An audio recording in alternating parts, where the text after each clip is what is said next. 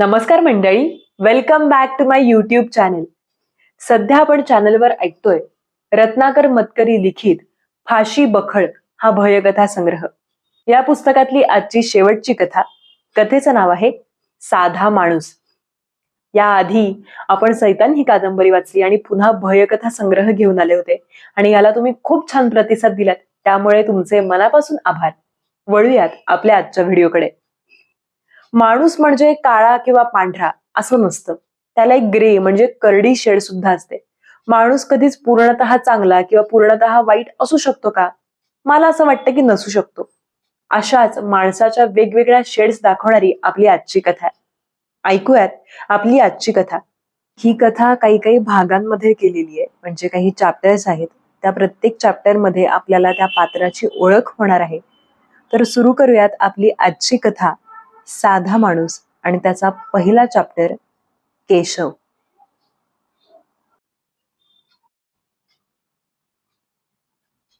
केशव, केशव कुठे मेलाय? अण्णासाहेबांची गर्जना घरातल्या प्रत्येकाच्या कानावर ती पडते. फक्त अगदी आतल्या खोलीत बकुळीच्या फुलांचा गजरा करीत बसलेल्या केशवच्या सोडून. आपल्या स्टडी मधल्या प्रचंड शिसवी काळ्या कुट्ट टेबलाशी बसलेले अण्णासाहेब. टेबलाचे पाय लांब रुंद, टोकाशी वळलेले, एखाद्या काळ्या कभिन्न कामगाराच्या घोटीव श्रमिक पोटऱ्यांसारखे. टोकाशी पसरलेली फताडी पावलं जनावराच्या नखदार पंजासारखी. त्यांची खुर्ची म्हणजे एखादं सिंहासनच. खुर्चीची पाठ चांगलीच उंच आणि वरच्या टोकाशी निमुळती. तिला टेकून खुर्चीच्या दोन्ही हातांवर दोन हात ठेवून एखाद्या वयस्क सम्राटाच्या ऐटीत बसलेले मध्यमवयीन अण्णासाहेब. 2च सेकंदांपूर्वी अण्णासाहेबांनी अंगातल्या रेशमी जाकीटाच्या खिशातून साखळीवाला सोन्याचं घड्याळ काढून वेळ पाहिलेली. मिनिट काटा 12कडे सरकू लागलेला त्यांना दिसतो.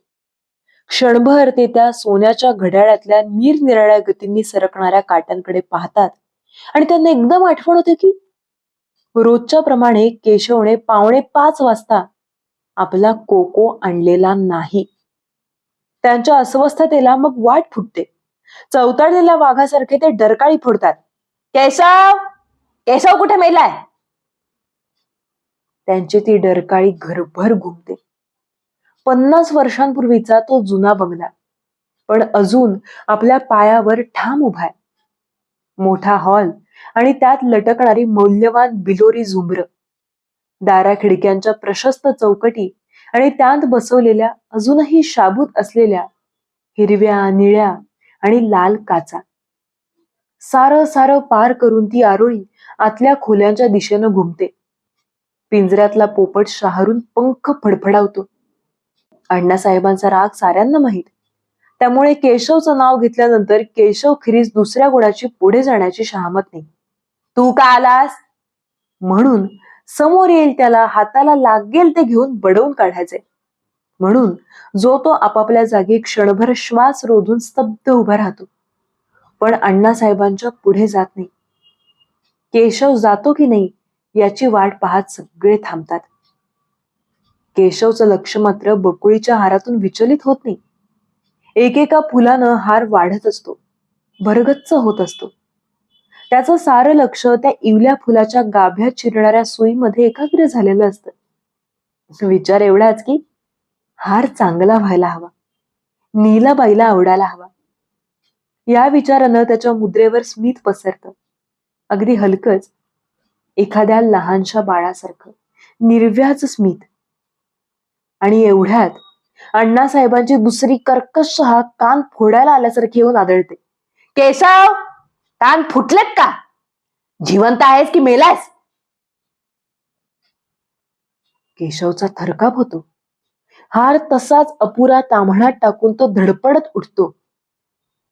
एखाद्या भित्र्या सशासारखे कान टवकारतो. समोरच्या भिंतीवरच्या घड्याळाकडे नजर टाकतो. 5 वाजले. बापरे, म्हणजे अण्णासाहेबांचा कोको न्यायला तब्बल 15 मिनिटं उशीर. तो धावतच स्वयंपाक घरात जातो. आचार्याकडून कोकोचा कप घेतो आणि घाईघाईनं स्टडीपाशी येतो. रोजच्या सवयीनं वाटेत पोपटाच्या पिंजऱ्याशी थांबण्याचं देखील आज तो टाळतो. त्यानं समोर ठेवलेला कोको अण्णासाहेब ढसाढसा पितात आणि मग त्याचं बखोट धरून त्याच्या एक कानशिलात लगावतात. शिंच्या, रांडाच्या, कुठे गेला होतास इतका वेळ मरायला? रोजचं काम परत परत सांगायला कोण तुझा बाप येणार आहे का? अण्णासाहेबांच्या शिव्या केशव शांतपणे ऐकून घेतो. त्यांच्या हातचा मार देखील मुकाट्यानं खातो. आता हे नेहमीच झालंय. काही ना काही कारणानं मार हा खावाच लागतो. बोलणं ऐकून घ्यावंच लागतं. केशव काही अण्णासाहेबांचा नोकर नव्हे, तो त्यांचा आश्रित, लांबच्या नात्यातला अनाथ मुलगा. जवळ करायला दुसरं कुणीच नसल्यामुळे अण्णासाहेबांच्या आश्रयाला आलेला. त्यांनी त्याला कायमचंच आपल्याजवळ ठेवून घेतलेलं. 2 वेळेचं जेवण, कपडे, वर 5-25 रुपये देऊन. केशवच्या गरजा तशा फारशा नाहीत. त्याला कसलं व्यसन नाही की वेळ घालवण्याचं साधन नाही. स्वभावानं अतिशय शांत, अबोल.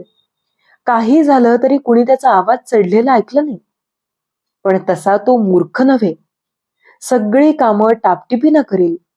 सदरालेंगाच, पण स्वच्छ घालील. अण्णासाहेबांचा कामाचा व्याप मोठा. अनेक धंद्यात त्यांचे पैसे गुंतलेले. वय उताराला लागलेलं तेव्हा बरीच कामं ते घरी बसल्या बसल्या करतात. सेक्रेटरी काही वेळा येऊन जातो, पण पत्र पोस्टात नेऊन टाकणं, निरोप पोहोचवणं असली बिनअकलेची, साधी पण कटकटीची कामं केशवला करावी लागतात. या कामांप्रमाणेच त्याची घरातली काही कामंही नेमलेली आहेत. सकाळी अण्णासाहेबांच्या चहाच्या टेबलावर सगळी वर्तमानपत्र रचून ठेवणं, दुपारी वामकुक्षीनंतर त्यांना ठराविक वेळी उठवणं, रात्री घड्याळाला चावी देणं, अशी नानाविध कामं. ती सगळी केशवनच करायला हवीत अशातला भाग नाही. परंतु कशी कोण जाणे ती त्याच्यावर येऊन पडलीत. तोही ती आजवर बिनबोभाट पार पाडीत आलाय. दररोज 4:45 वाजता स्टडीमध्ये कोको घेऊन येण्याचं काम असंच. उशीर करण्याबद्दल मिळालेल्या शिव्या केशव एक अक्षरही न बोलता खातो. त्याच्या चेहऱ्यावरची रेषाही हलत नाही. कदाचित त्याच्या मनात अजूनही बकुळीच्या हाराचेच विचार येत असावेत. शेवटी अण्णासाहेबच बोलायचे थांबतात. तुला टोणग्याला कितीही बोला, कितीही मारा, परिणाम म्हणून नाही. असं भरतवाक्य करून ते गप्प होतात. त्यांचा चेहरा घामानं चिंब झालेला असतो. हातानं ते कागदांचे ढिगारे चाचपू लागतात. एका बाजूला पडलेला नॅपकिन केशव त्यांच्या हातात देतो. ते घसाघस घाम पुसून तो बाजूला फेकतात.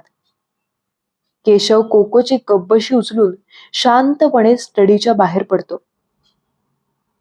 दारालगतच नीला उभी असते. सगळा प्रकार तिनं ऐकलेला असतो.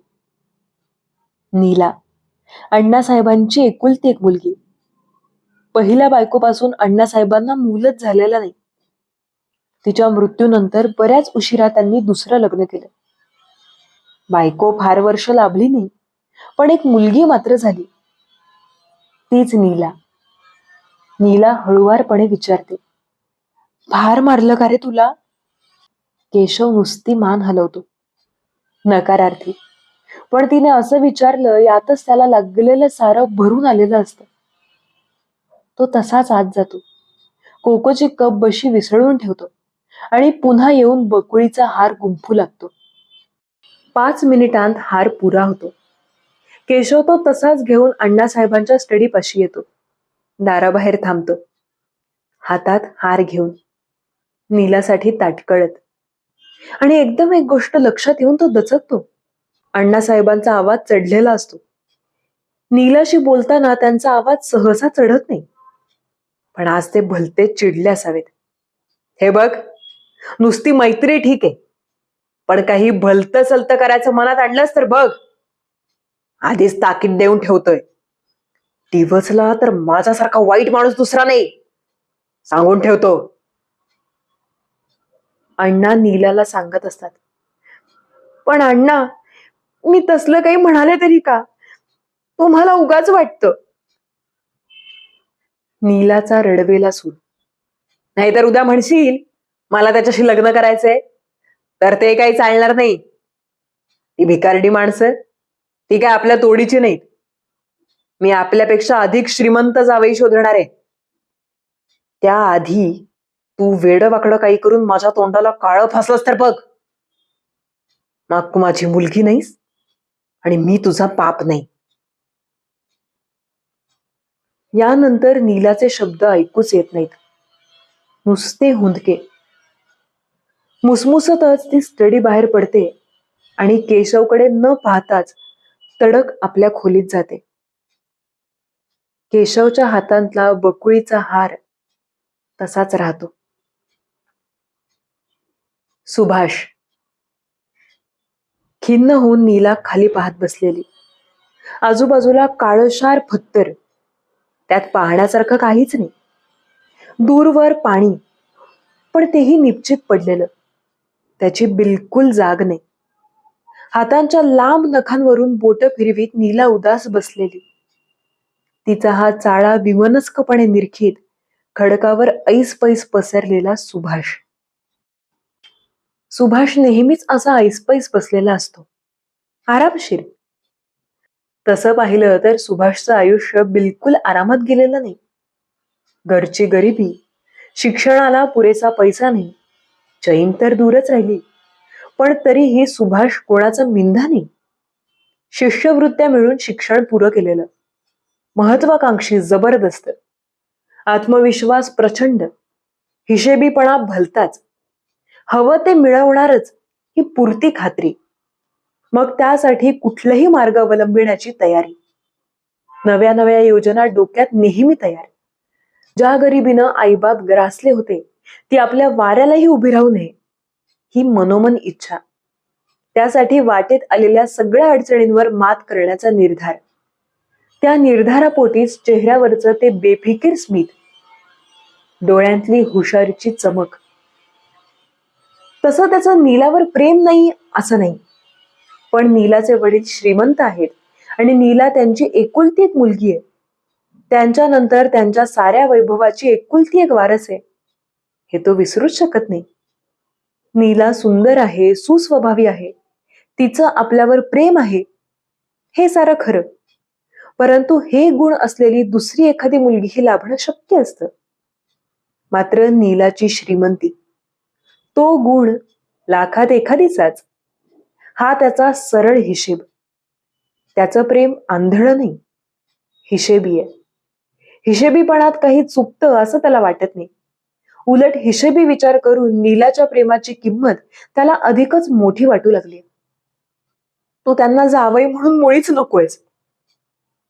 त्या दिवशीचा सगळा प्रसंग तपशीलवार सांगून झाल्यावर नीला म्हणते, आपल्या प्रेमाविषयी मी कधी एका शब्दानेही बोलले नाही, पण तरी कशी कोण जाणे अण्णांना शंका आलीच आहे. नंतर काही सांगून टाकलंस? सुभाष अंदाज घेतो. नाही, मी काय बोलणार, तेच ताडताड बोलत होते. तुमचं घर आमच्या तोडीचं नाही म्हणून पुढे मागे काही घडण्याआधी धोक्याचा इशारा देतोय म्हणाले. मला तर ऐकून रडूच यायला लागलं. आपल्या प्रेमाची किंमत त्यांना कधीच कळायची नाही. त्यांना आपला स्वतःचा पैसाच प्यारा. खर तर आपल्या प्रेमापुढे काय महत्व आहे रे पैशाचं? नीला कळवळून विचारते. हो ना, पैशाचं काय महत्व? सुभाष सहजपणे म्हणतो. तू काही बोलली नाहीस हेच बरं झालं. तो हसत हसत सांगतो, वेळ आली की काय करायचं ते पाहता येईल. वेळ आलीच आहे सुभाष. नीला अर्जवीपणे म्हणते, मला नाही फार दिवस तुझ्यापासून दूर राहता येणार. वेळ आलेलीच आहे, सुभाष मनातल्या मनात म्हणतो. मी केमिकल अनालिसिस ब्युरो काढतोय, त्याला पैशांची फारच गरज आहे. आणि अण्णा काही ऐकून घेणार नाहीत. नीला विलक्षण केविलवाणी झालेली. हा इतका शांत कसा तेच कळत नाही. ती मनात म्हणते, पण शांत आहे म्हणूनच त्याचा आधार वाटतो. आपल्या लग्नाचं नाव काढलं तर ते मला बाहेर पडायची सुद्धा बंदी करतील. आणि अण्णांचं म्हणजे एकदा डोक्यात घेतलं की प्राण गेला तरी हे का सोडणार नाहीत. प्राण गेला तरी? मनातल्या मनात सुभाषला हसू येतं. प्राण गेल्यावर हेका सोडावाच लागेल. हेकाच काय, सगळंच. सारी इस्टेटही सोडावी लागेल. नसले सोडणार तर त्यासाठी प्राणच सोडावा लागेल. स्वतःच्या विचारांनी सुभाष स्वतःच दचकतो. पण क्षणभर तो विचार डावलून तो तिला म्हणतो, जाऊ दे ग, इतकी काय काळजी करतेस? काय वाटेल ते झालं तरी आपलं लग्न झाल्याशिवाय राहत नाही. ती शांत होते. त्याच्याकडून हेच शब्द तिला ऐकायला हवे असतात. इतकी सुंदर संध्याकाळ असल्या भलत्या सलत्या विचारात कशाला वाया दवडायची? आता हस पाहू. आणि हा, अशी जवळ ये अशी. तिची सारी आशंका निघून जाते आणि ती त्याच्या अधीन होते. त्याच्या मिठीत सारी चिंता विसरून जाते. संध्याकाळी बाजूला टाकलेला विचार सुभाष घरी पोहोचताच त्याच्या समोर दत्त म्हणून उभा राहतो. अण्णासाहेबांचा आग्रही स्वभाव. काही झालं तरी ते या लग्नाला तयार होणार नाहीत. पण हे लग्न झालंच पाहिजे. आजवर कुठल्याच गोष्टीत आपण माघार घेतलेली नाहीये. शिवाय पैशांची गरज ती आहेच. यावर उपाय एकच. अण्णासाहेब या जगातून नाहीसे झाले पाहिजेत. मगाशी या विचाराने जितकं दचकाला झालं तितकं आता होत नाही. विचार भयंकर आहे खरा, परंतु अडचणीतून सुटायचा तोच एक खात्रीचा मार्ग आहे. फक्त अण्णासाहेबांचं मरण व्यवस्थित, आपण प्रत्येकच गोष्ट करतो तितकं किंबहुना अधिकच व्यवस्थित आखायला हवं. मुख्य म्हणजे कसलाही आरोप अंगावर येता कामा नये. हे कठीण आहे. स्वतःवर येऊ नये याही पेक्षा तो दुसऱ्या कोणावर तरी यायला हवा. अगदी सहजपणे. दुसऱ्या कोणावर? सगळी हुशारी वापरून बेत आखायला हवा आणि दुसरं कोणीतरी अलगद जाळ्यात सापडायला हवं. पण दुसरं कोण? एक भोळा लहान मुलाच्या सारखा निर्व्याज स्मितानं फुललेला चेहरा त्याच्या डोळ्यांसमोर येतो. बस. जाळ्यात गुंतवण्यासाठी इतका योग्य माणूस दुसरा मिळणार नाही. तो चेहरा केशवचा असतो. अण्णासाहेब. येत्या आठवड्यात अण्णासाहेबांची भेट घ्यायचं सुभाषनं पक्क केलेलं असतं. तसं सुभाष अण्णासाहेबांच्या बंगल्यावर अधूनमधून येत जात असतोच. त्यांना आपल्या प्रगतीच्या बातम्या देतो. काहीशा खोट्या नम्रतेने, तुमचे आशीर्वाद हवेत वगैरे हसत हसत बोलून जातो.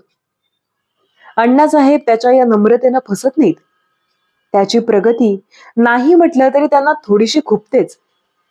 आज ना उद्या हा मुलगा नाव कमावेल हे त्यांनी जाणलेलंच आहे. ही गरिबाची मुलं एका पिढीत वर येऊन आपल्यासारख्या घरंदाज गर्भश्रीमंतांशी बरोबरी करतात हे काही त्यांना खपत नाही. तेव्हा सुभाषवर त्यांचा थोडाफार रागच, पण तो आपणहून येतो, आशीर्वाद मागतो, त्यामुळे त्यांना ही वर करणे हसून साजरं करावं लागतं.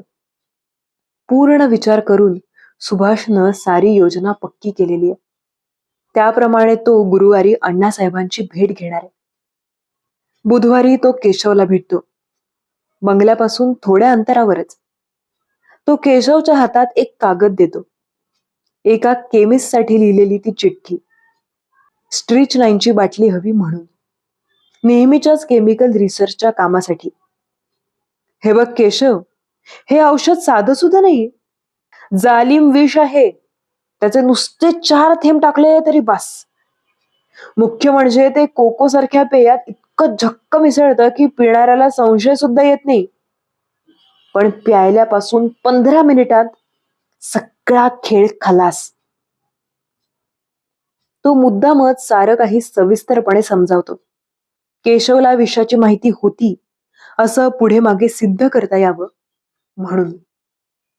केशव ऐकत असतो. सुभाष विषयी त्याला नेहमीच आदर वाटत आलाय. सुभाषला तो सुभाष साहेब म्हणतो. आता तू म्हणशील की एवढं जालिम विष आणि तो केमिस्ट मला देईल कसा? तर तू नुसती ही चिठ्ठी दाखवलीस की बस, अरे, केमिस्ट माझा चांगला दोस्त आहे. मला नेहमीच तो माल पुरवीत आलाय. 2 दिवस गडबड इथे म्हणून, नाहीतर मीच घेऊन आलो असतो. उद्या मी अण्णासाहेबांकडे येणार आहे, तेव्हा तू मला बाटली दे. त्यांच्या समोर देऊ नकोस हा, नाहीतर नाना चौकशा करत बसतील. एवढं सांगून आणि पैसे देऊन सुभाष केशवचा निरोप घेतो. गुरुवारी 4:45 5 मिनिटं असतानाच तो अण्णासाहेबांच्या स्टडीत हजर होतो. अण्णासाहेब नेहमीसारखेच आपल्या सिंहासन वजा खुर्चीत विराजमान झालेले असतात. सुभाषने केलेल्या सस्मित नमस्काराचा ते सम्राटानं मुजरा घ्यावा तसा किंचित मान डोलवून स्वीकार करतात. बस ना बस, किती दिवसांनी आलास, एवढंच म्हणतात. सुभाष बसतो. त्याचा उजवा हात विजारीच्या खिशातली स्वतः आणलेली छोटी स्ट्रीच 9ची बाटली चाचपतो. बरोबर 4:45 वाजता केशव अण्णासाहेबांचा कोको घेऊन येतो. कोको आणून ठेवताच त्याला बाहेर पाठवण्यासाठी सुभाषनं 1-2 युक्त्या ठरवून ठेवलेल्या असतात. पण सुदैवानं अण्णासाहेबच त्याला सुभाषसाठी चहा आण म्हणून बाहेर पाठवतात. त्यामुळे त्या वापराव्याच लागत नाहीत.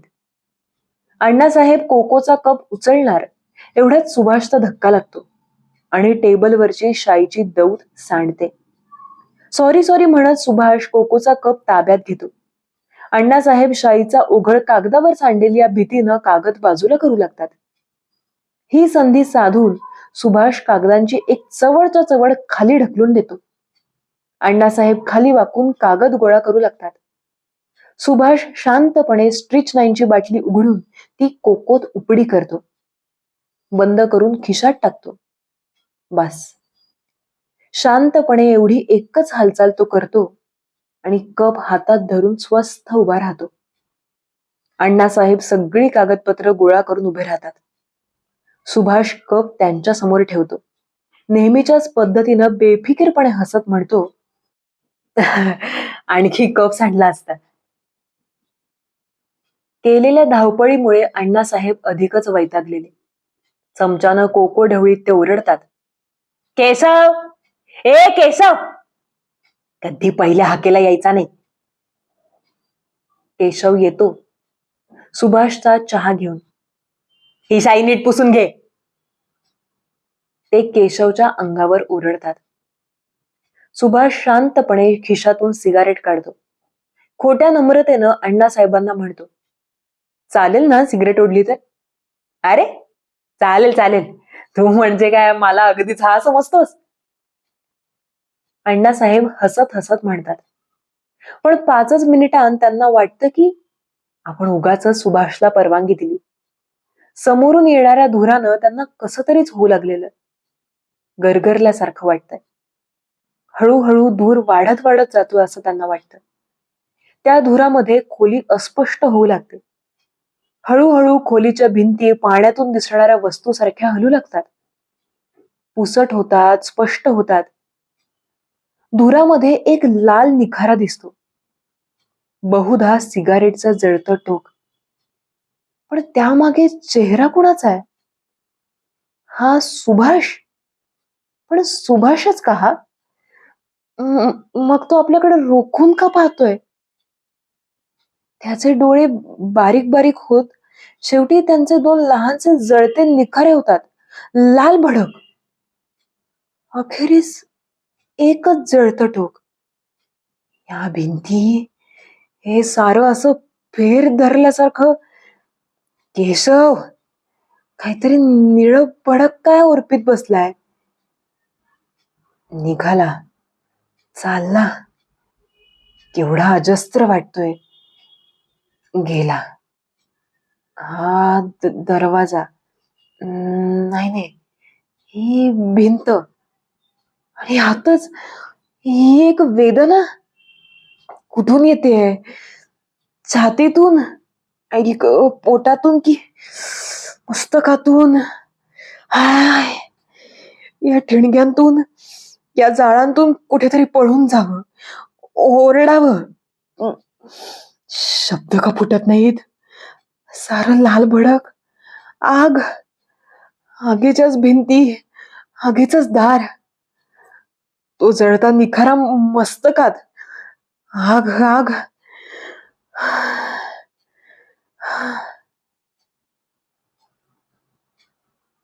अण्णासाहेब खाली कोसळतात. पिंजऱ्यातला पोपट फडफड फडफड पंख वाजवीत पिंजऱ्यातल्या पिंजऱ्यात धडपडतो.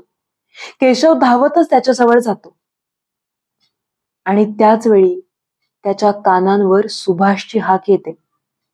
केशव, अरे धाव, अण्णासाहेबांना मग काय झालं? नीला. अण्णासाहेबांच्या मृत्यूचा धक्का नीलाला बसतो, नाही असं नाही, परंतु ती त्यातून त्या मानानं लवकरच सावरते. कदाचित एकुलती एक मुलगी असल्यामुळे असेल, पण एका दिवसात ती प्रौढ झाल्यासारखी वाटू लागते. घराचं करते पण ती हातात घेते. कदाचित अण्णासाहेब गेल्यामुळे तिला एक चिंता मिटल्यासारखंही वाटत असावं. आणि याबरोबरच ती एका विचारात बुडून जाते. अण्णासाहेबांचा खून कोणी केला? अण्णासाहेब विषबाधेने मेले हे सूर्यप्रकाश इतकं स्पष्ट असतं. पोस्टमॉर्टम मध्ये स्ट्रिचनाइन मिळतं. कोकोच्या कपातही ते आढळतं. कोकोतून ते दिलं गेलं हे सिद्ध होतं. अर्थातच केशव पकडला जातो. नीला काही बोलत नाही, बोलूच शकत नाही, पण खरा प्रकार काय झाला हे तिला मनोमन समजलेलं असतं. न राहून ती सुभाषकडे जाते. सुभाषने अलीकडे एकट्यासाठी एक स्वतंत्र खोली घेतलेली. नीला येते तेव्हा सुभाष आरामात पुस्तक वाचित सिगारेट ओढत पडलेला असतो. नीलाचा गंभीर चेहरा पाहून त्याला थोडं आश्चर्य वाटतं. ही तीच नीला का? कालपर्यंत लहान मुलीसारखी चटकन असहाय्य होणारी. नीला ठामपणे विचारते, सुभाष, अण्णांचा खून कोणी केला? सुभाष हसून खांदे उडवतो. मला काय माहित, खुनी शोधणं हे पोलिसांचं काम आहे. तो नेहमीच्याच बेफिकिरीने म्हणतो. तुला माहितीये सुभाष, तुला चांगलंच माहितीये. नीला जेमतेम एवढंच बोलते आणि इतका वेळ आणलेलं तिचं अवसान एकदम गळून जातं. ती सुभाषच्या खांद्यावर डोकं ठेवते आणि हलक्या आवाजात म्हणते, मी कुणाला सांगणार नाही सुभाष, पण मला तरी माहित हवं. आपण दोघांनी एकमेकांना फसवता कामा नये, नाही का? सांग ना सुभाष, तूच तूच केलंस ना हे? सुभाष काहीच बोलत नाही. तू अण्णांच्या कोको पिण्याच्या वेळेस तिथे आलास, त्यांच्या कोकोत विष घातलंस आणि नंतरच्या गडबडीत विषाची बाटली सहजपणे नाहीशी केलीस. बिचारा केशव, पोलिसांनी त्याला धरलंय. तो बोलणार नाही, त्याला काही माहितही नाही. सुभाष सहजपणे म्हणतो, आणि तो बोलो अगर न बोलो, कोर्टात केस त्याच्या विरुद्धच जाणार. माझा कुणाशी काय संबंध? केवळ त्यावेळी मी तिथं आलो एवढाच योगायोग. विषाची बाटली माझ्याजवळ सापडली नाही. किंबहुना माझ्याजवळचं स्ट्रिचनाइन संपलेलं होतं हेच मी आदल्या दिवशी केमिस्टला पाठवलेल्या चिठ्ठीवरून सिद्ध होतं. माझे आणि अण्णासाहेबांचे संबंध अतिशय चांगले होते हे सगळ्यांना माहितीये. त्यांचा खून करायचं मला काही कारणच नाही. आणि हो, या उलट केशवला त्यांनी आजवर कसं वागवलं याला सगळे साक्षी आहेत. संधी मिळताच केशव त्यांचा सूड घेऊ शकला असता. विषाची बाटली आयतीच त्याच्या हातात होती. त्या विषाचे गुणधर्म आमच्या बोलण्यात आले होते हेही मी सांगू शकेन. म्हणजे केशवला त्या विषयाची चांगली माहिती होती. शिवाय बाटली सील्ड नसते, नुसती बुचवाली, आयडीनची असते तशी. म्हणजेच केशवला मोटिव्ह होता, संधी होती, आणि त्यानं ती घेतल्याचं सहज सिद्ध होऊ शकते. कारण विष कोकोच्या कपातच सापडले. कोकोचा कप केशवनच आणला. वाटेत पोपटाच्या पिंजऱ्याकडे उभं राहण्याची त्याला सवय होती. तिथं उभं राहून तो कप आणताना विष मिसळू शकला असता. कोर्टात असंच सिद्ध होईल सुभाष, कारण तू सगळ्या गोष्टींचा विचार करून हुशारीनंच खून केलास.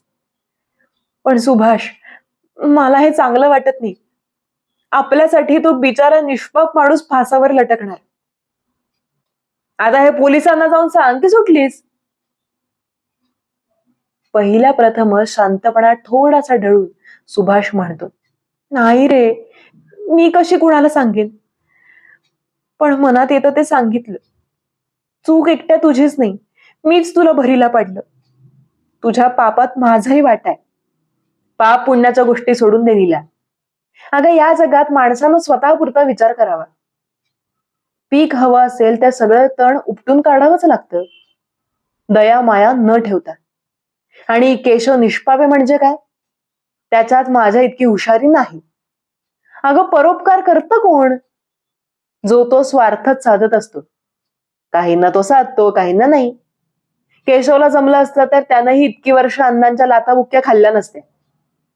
पूर्वीच असलं काहीतरी करून दाखवलं असतं. पण त्याला बावळट म्हणायचं, निष्पाप म्हणे. नीलाच्या मनाची टोचणी काही केल्या कमी होत नाही. घरात तिला एकसारखी केशवची आठवण होत राहते. पोपट केशव केशव ओरडतो म्हणून ती त्यालाही सोडून देते. केशव. पोलीस लॉकअप मध्ये ती त्याला भेटायला जाते तेव्हा तिला पाहून तो हरखून जातो.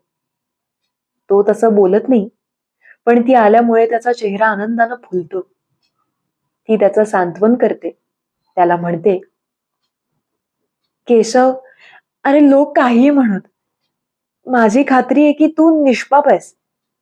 तू काळजी करू नकोस. ती म्हणते, आपण चांगला वकील देऊ, तो तुला सोडवेल बघ, अगदी नक्की. केशव हसतो. वकील काय करणार? तो म्हणतो, काय करणार म्हणजे? सगळे साक्षी पुरावे काढून तो सिद्ध करेल की तू निर्दोषी आहेस. मला निर्दोषी ठरवून दोषी कुणाला ठरवतील सांगा ना. अचानक विचारलेल्या या प्रश्नानं ती दचकते. खरंच या प्रश्नाचं उत्तर तिच्याकडे नव्हतं. जे होतं ते देणं शक्यच नव्हतं. ती कावरीबावरी झाली.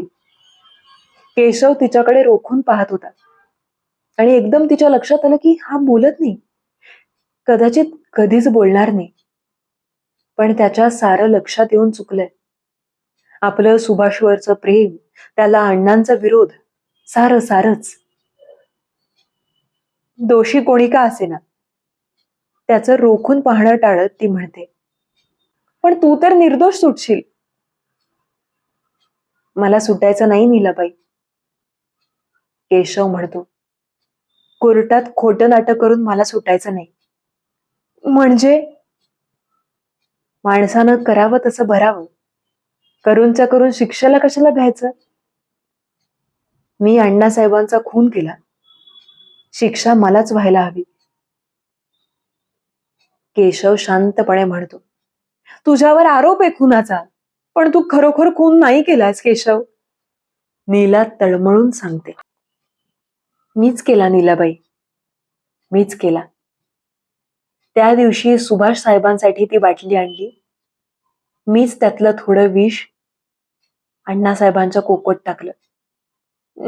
नाही नाही, हे खरं नाहीये. आश्चर्यानं नीलाचे डोळे विस्फारतात. तू का करशील असं? केवळ अण्णा तुला मारायचं म्हणून? नाही नीलाबाई, मारायचं काय, पोटाला तर तेच घालत होते. मारण्याबद्दल माझ्या मनात कधीच राग नव्हता, पण तुम्हाला तुम्हाला दुःख देत होते ते नीलाबाई. ते ते मला सहन होत नव्हतं. तुम्हाला सांगितलं तर राग येईल, पण मला मला तुमच्याबद्दल पहिल्यापासून काय वाटतं हे तुम्हाला नाही कळणार.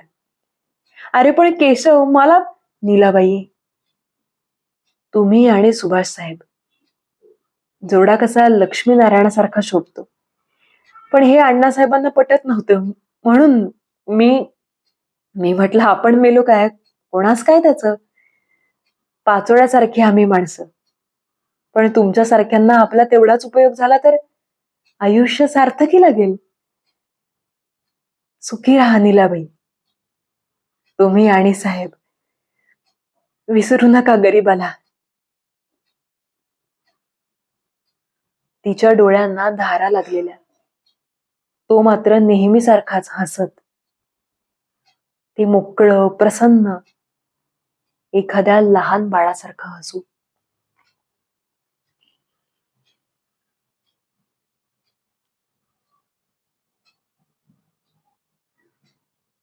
ही होती आपली फाशी बखळ या भयकथा संग्रहातली शेवटची कथा, साधा माणूस. खरं तर मला असं वाटतंय की केशवने काहीच केलेलं नाहीये. त्याला कदाचित मनापासून असं वाटतं की आपण नीलासाठी योग्य नाही आहोत आणि कसा का असेना सुभाष तिला प्रेमानं तरी ठेवेल. म्हणूनच त्यांनी नीलाच्या प्रेमापोटी तिच्या भविष्यासाठी गुन्हा कबूल केला, जो त्यानं केलाच नव्हता असं मला वाटतंय. कारण जर त्यांनी नीलाला खरं सांगितलं असतं तर नीलाला आयुष्यभर गिल्ट वाटत राहिलं असतं किंवा कदाचित सुभाष बरोबर ती सुखानं संसार करू शकली नसती. आणि म्हणून तिच्या प्रेमापोटी त्यानं हे स्वीकारलं. केवढा मोठा त्याग आहे हा. तुम्हाला काय वाटतं हे मला कमेंट करून नक्की सांगा. आणि अर्थातच तुम्ही ह्या पुस्तकाला जो काही छान प्रतिसाद दिलात त्याबद्दल मी मनापासून आभारी आहे. लवकरच एक नवीन भयकथा संग्रह घेऊन येणार आहे. यावेळीचं पुस्तक थोडं वेगळं असणार आहे. त्यामुळे नक्की पुढच्या पुस्तकाची वाट पहा. या व्हिडिओला लाईक करा. कथा आवडत असतील तर चॅनलला सबस्क्राईब करायला अजिबात विसरू नका. भेटूयात पुढच्या कथेमध्ये. तोपर्यंत धन्यवाद आणि थँक्यू.